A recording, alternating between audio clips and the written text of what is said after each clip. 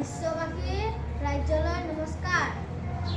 মোৰ নাম শ্ৰী দিগাৰাফা, শ্ৰেণী পঞ্চম, ৰোল নম্বৰ 2, বাকালাপাৰা প্ৰাথমিক বিদ্যালয়।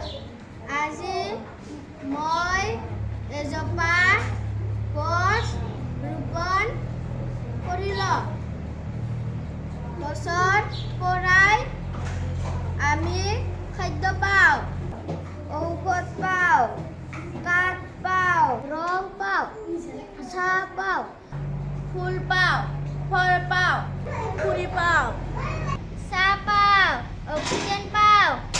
গছ থাকিলে তাপ কম হয়, ছাঁ পাওঁ। গছ কাটি নষ্ট কৰিব নালাগে। গছে বায়ু নিৰ্মল কৰে।